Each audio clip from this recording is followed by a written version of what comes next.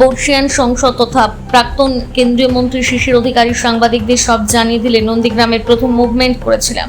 নন্দীগ্রামে প্রচারে যাব, শুধু তাই নয়, তিনি ভবানীপুর এবং নির্বাচনী প্রচারে যাবেন। তিনি জানিয়ে দেন কলকাতার ভবানীপুরে 60,000-এরও বেশি মেদিনীপুরবাসী আছেন। ফলাফল একেবারে পরিষ্কার হয়ে গেছে, এরা চলে গেছে, এরা আর নেই, মানুষের মন থেকে চলে গেছে, বাকিটা ভোট বাক্সে চলে যাবে।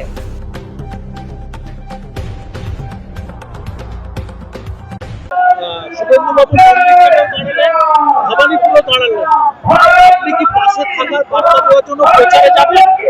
আমি প্রচারে যাচ্ছি তো। শুভেন্দু নন্দীগ্রাম নিশ্চয়ই যাব। নন্দীগ্রাম তো আমি প্রথম মুভমেন্ট করেছিলাম, নিশ্চয়ই যাব। এবং ভবানীপুরও যাব। হ্যাঁ, ভবানীপুরেও যাব। মেদিনীপুরে 7,000 ভোটার আছে ভবানীপুরে, এবং ভবানীপুরেও যাব। কি ফলাফল হবে মনে করছেন? ফলাফল এবারে পরিষ্কার হয়ে গেছে, এরা চলে গেছে, এরা আর নেই, মানুষের মন থেকে গেছে, বাকি ভোট বাক্সে চলে যাবে। আর আপনাদের কাছে আমি বলি, যে ভোট জীবনে আপনারা দেখেননি, এইবারে সেই ভোট দেখবেন। কেন এরকম কথা বলছেন? এই যে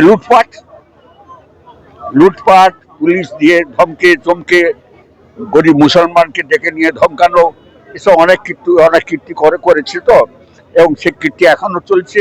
আর পুলিশের কথা লোক শুনবে না। এই যে এরা চলে যাবেন বলছেন, এরাটা কারা? এরা তো যে রুলিং পার্টি, যার রুলিং পার্টি আছে সেই যাবে। তৃণমূল কংগ্রেস তো সবসময় বলছে যে নির্বাচন কমিশন আইন বিরুদ্ধ কাজ করছে, ভোটারদেরকে নাম তালিকা থেকে বাদ দিচ্ছে। উনি তো জীবনে ল জানেন না, গেলেন কালো কোর্ট পরে সুপ্রিম কোর্টে। তা সুপ্রিম কোর্ট কি বললো বলুন?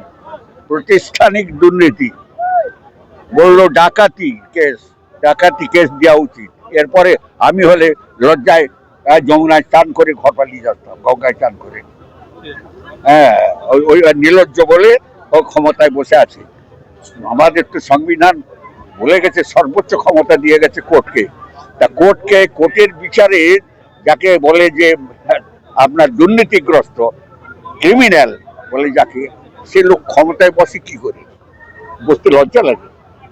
রাজ্যে এবারে কি ফলাফল? রাজ্যে ফলাফল 200-র উপরে জিতবে ভারতীয় জনতা পার্টি। 200-র উপরে যাবে। একটু নিচে ডাউন আছে।